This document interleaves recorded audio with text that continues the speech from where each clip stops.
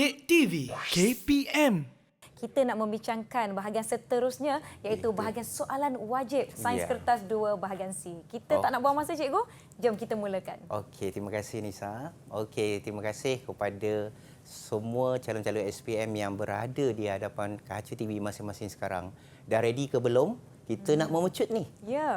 Kita nak memecut, nak memastikan bahagian C, soalan wajib nombor 11 adalah markah penuh kita dapat. Ya. Okey, markah diperuntukkan untuk soalan nombor 11. Soalan wajib ini adalah 10 markah. Okey, iaitu menulis laporan eksperimen.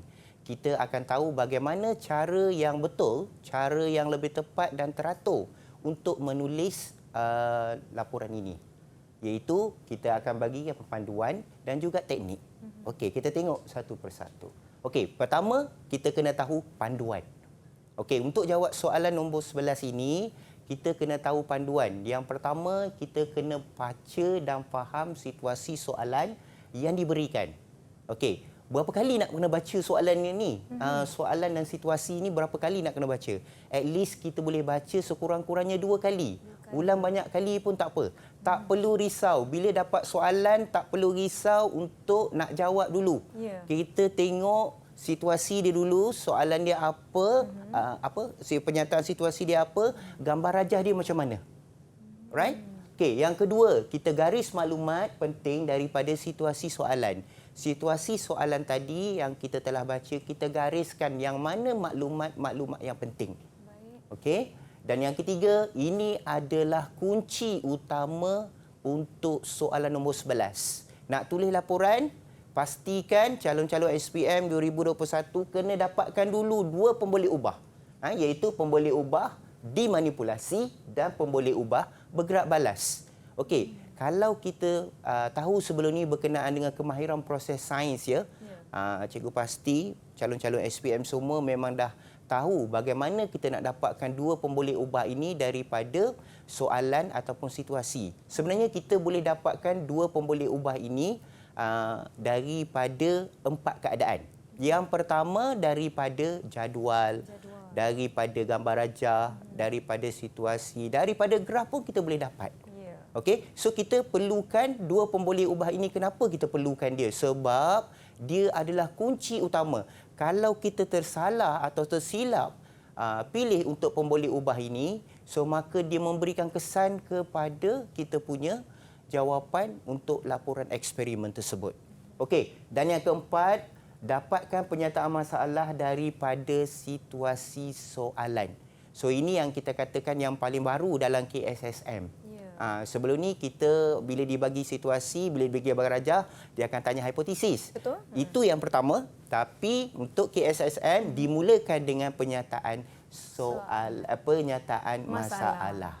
Okey, kita tengok soalan contoh nombor 11 ni. Okey, yang pertama kita tengok kaji situasi berikut. Dia dah nyatakan dah. Kaji situasi berikut dan dia nyatakan gambar rajah tersebut. Gambar rajah ini sebenarnya sangat membantu kita untuk kita jawab soalan nombor 11 ni. Okey, kerana gambar rajah yang diberi tadi, dia akan membantu kita untuk menentukan keseluruhan laporan kita. Okey, tapi kalau kita tengok kat sini yang kedua tadi, panduan yang kedua kita kena gariskan. Kita kena gariskan untuk setiap apa maklumat-maklumat penting yang kita perolehi daripada soalan. Okey, dan untuk makluman semua calon-calon SPM 2021, ini tolong ingatkan berkali-kali. Mungkin cikgu di sekolah masing-masing pun dah ingatkan. Okey, untuk soalan nombor 11 ini, dia berada pada 2 muka surat yang berbeza. Muka suratnya berbeza. Untuk soalan kaji situasi dan penyataan masalah serta hipotesis ini berada pada muka surat asing. Dan ada satu lagi soalan iaitu pecahannya adalah C pada muka surat asing dalam soalan itu. So dia tidak boleh digabung sekali. Maksud cikgu di sini adalah kaitan di antara maklumat daripada A, B hanya untuk gambar rajah ini sahaja. Okey. So kalau untuk pecahan C nanti, kita akan tengok pada maklumat yang diberikan pada soalan itu. Okey. kalau kita tengok dekat sini, apa yang dikatakan sebagai penyataan masalah, apa yang dikatakan sebagai hipotesis. Dan kita kena tengok juga kat sini markah yang diperuntukkan. Kenapa kita kena tahu markah ni? Pasal kita nak nyatakan berapa banyak. Tapi penyataan masalah hanya satu markah, satu sajalah. Tak perlu nak isi banyak-banyak. Kita akan membuang masa. Hipotesis pun sama. Tak perlu nak isi terlampau banyak hipotesis. Hanya satu cukup. Kerana hanya diperuntukkan satu markah. Ingat tu, tengok markah sebelum menjawab soalan. Okey, kita seteruskan teknik menjawab soalan nombor 11. Okey, kita tengok kat sini apa itu sebenarnya penyataan masalah.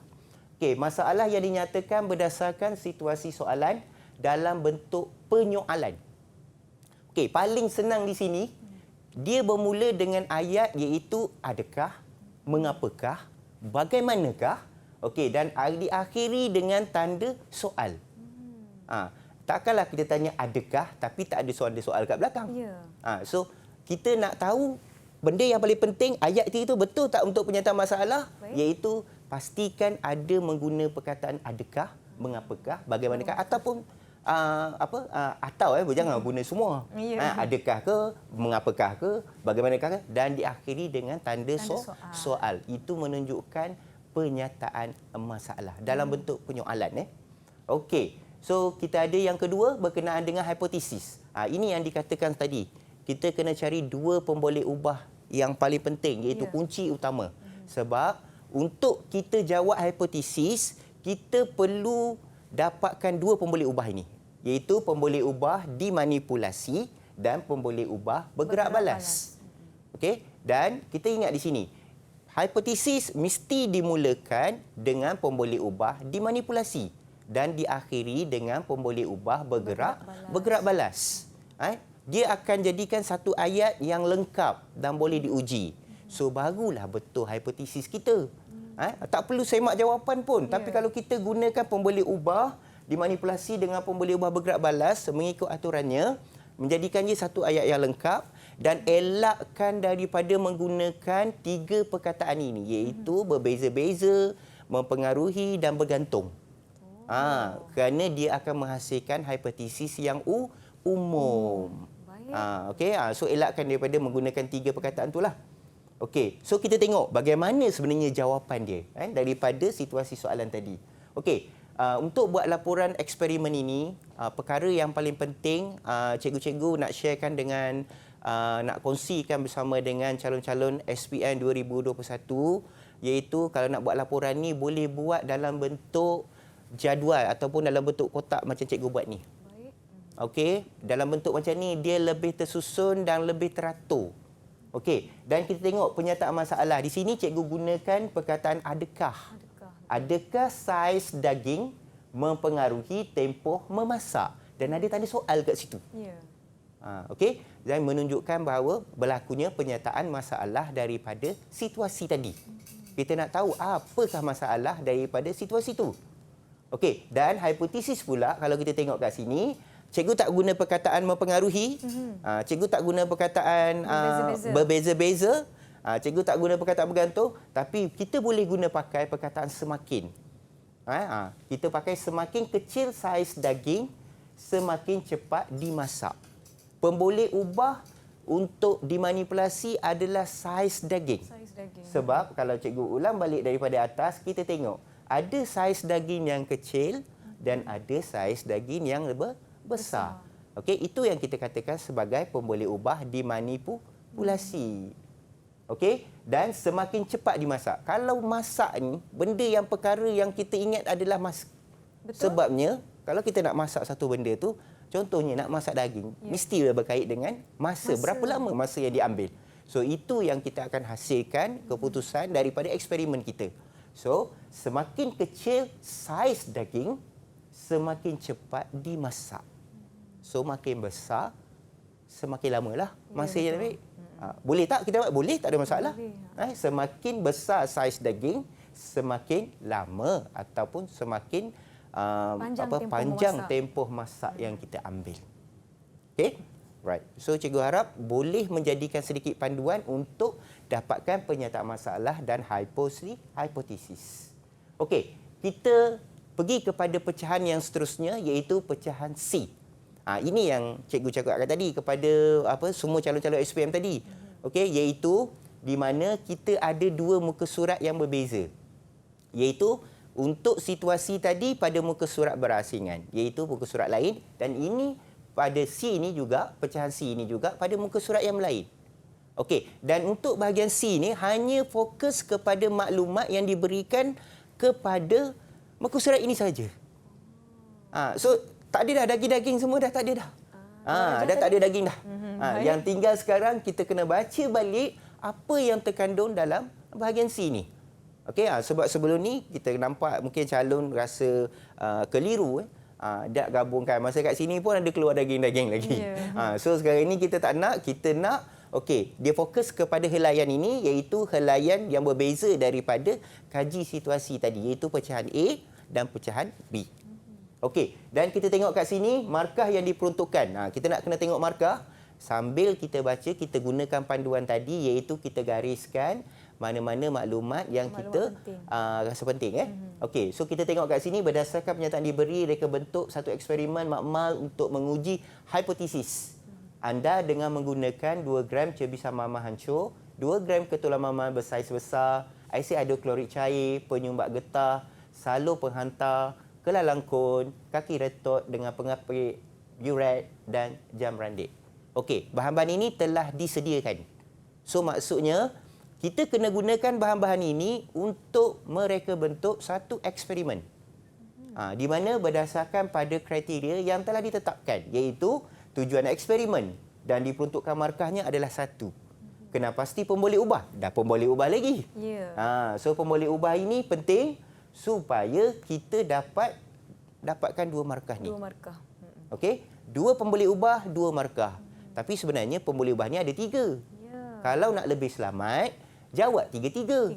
Kalau betul 2, betul 3, dapat 2.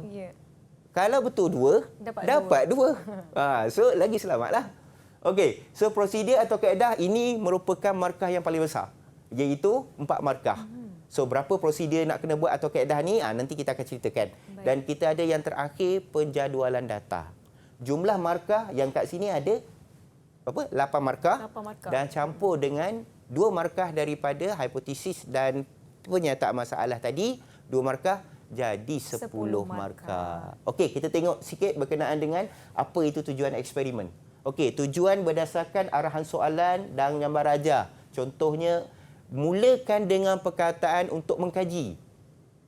Ada orang tulis untuk mengkaji, menilai, menganalisa. Tapi bagi cikgu, untuk memudahkannya, gunakan perkataan untuk mengkaji. Okey, pemboleh ubah melibatkan dimanipulasi dan pemboleh ubah bergerak balas. Okey, kita ada kena pasti 2 pemboleh ubah. Okey, daripada maklumat eksperimen ni kita sebenarnya ada 3 pemboleh ubah. Okey, macam kita cakap tadilah. Jawab 3 dapat 2.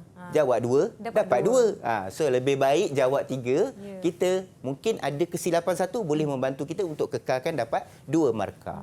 Okey, kita teruskan dengan prosedur ataupun kaedah.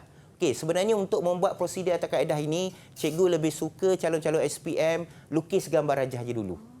Kerana apa nak lukis gambar rajah ni? Kerana gambar rajah ini membantu kita untuk kita pastikan kita punya prosedur atau kaedah tadi tersusun. Okey, berapa jumlah prosedur? Maksimum cikgu beri kat sini 5. Ada yang buat sampai 6, 7, 8, 9. Mungkin terlampau panjang atau terlampau pendek maklumatnya. Ya, menggunakan masa yang diperuntukkan dalam kertas 2 ini. So, kita boleh buat 5. Kenapa? Markahnya 4. Betul. Kalau kita buat 4, mungkin markahnya 4, memang betul. In case kalau ada kesilapan pada prosedur kita, dia akan mengganggu markah kita. Lebih baik kita buat 5. So, kalau kita buat 5, so kita akan dapat 4 markah maksimum.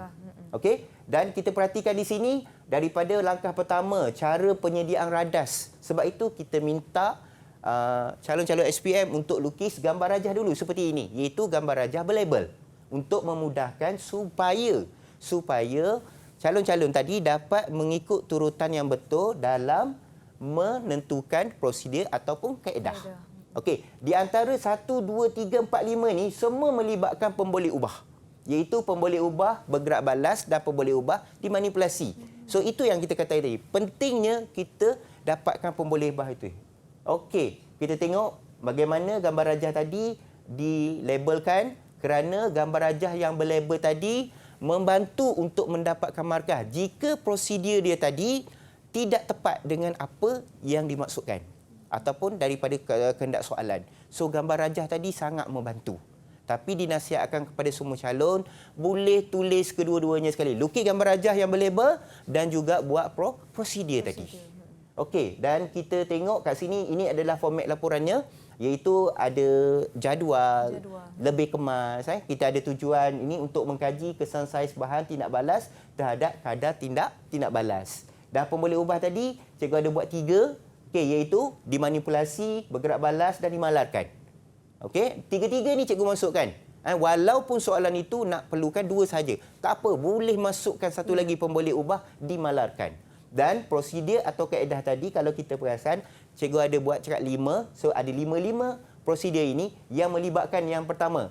Dan ingat untuk prosedur ini, okey, cuba untuk buat dalam bentuk ayat pasif. Okey, buat bentuk ayat pasif supaya ayat yang kita gambarkan tadi untuk boleh diuji di dalam eksperimen kita. Okey, contohnya aras air ditentukan di dalam buret dan catat bacaan awal buret. So maksudnya kita nyatakan apa yang kita lakukan. Itu yang kita kenali sebagai dalam ayat pasif. Okey, dan kita ada yang seterusnya untuk pecahan C yang ketiga, iaitu penjadualan data. Okey, di mana untuk penjadualan data ini memang kita nampak daripada format yang sebelum ni pun sama. Kebanyakannya calon-calon SPM ni sangat keliru. Sebenarnya penjadualan data ini adalah merupakan paling senang untuk dapat markah lah. Nisa, paling senang untuk dapat markah. Kerana apa? Cuba tengok apa yang ditulis. Okey, kat sini penjadualan data melibatkan satu jadual, buat satu kotak, bagi 2. Dan pemboleh ubah dimanipulasi untuk saiz mama. Baik. Pemboleh ubah bergerak balas adalah untuk kadar tindak balas. Okey, manakala saiz mama kita dah tahu tadi dalam situasi soalan tadi, dia melibatkan daripada bahagian soalan pecahan C tadi, ada 2 jenis mama yang kita gunakan, iaitu mama cebisan mama hancur dan juga ketulan mama yang bersaiz besar. Tapi jika calon-calon tadi dia tak buat cebisan mama tapi dia tulis kecil sahaja, so dah menunjukkan cebisan tadi, so diterima. Yes. Dan ketulan mama bersaiz besar ataupun dia tulis besar, so juga diterima. Itu melibatkan pemboleh ubah dimanipulasi. Ada 2 keadaan yang berbeza, satu saiz kecil, satu saiz besar. Manakala pemboleh ubah bergerak balas tadi, kadar tindak balas perlu ke tulis untuk dua-dua jawapan ni? Tidak perlu sebenarnya. Tinggalkan sahaja kosong. Tak perlu bersusah payah untuk mencarikan jawapannya. Hanya buang masa sahaja yang diperuntukkan. Jadi hanya penjadualan data sebegini saja? Sebegini sahaja. Cukup ringkas sahaja untuk mendapat markah. Iaitu satu markah. Iaitu markah yang ke-10 daripada soalan nombor 11. Soalan nombor 11 ada 10 markah dan begitu padat Cikgu Roslan telah kongsikan panduan dan teknik untuk mendapatkan markah semaksimum mungkin. Kalau boleh dapat markah penuh lah markah Cikgu. Penuh yang kita nak. Jawab lebih 10 markah ada yakin. Kalau yakin ada maklumat yang betul, jawapan yang betul, jawab lebih tidak mengapa. Mana tahu dapat membantu anda mendapatkan ke-10 markah yang tadi ada. Didik TV KPM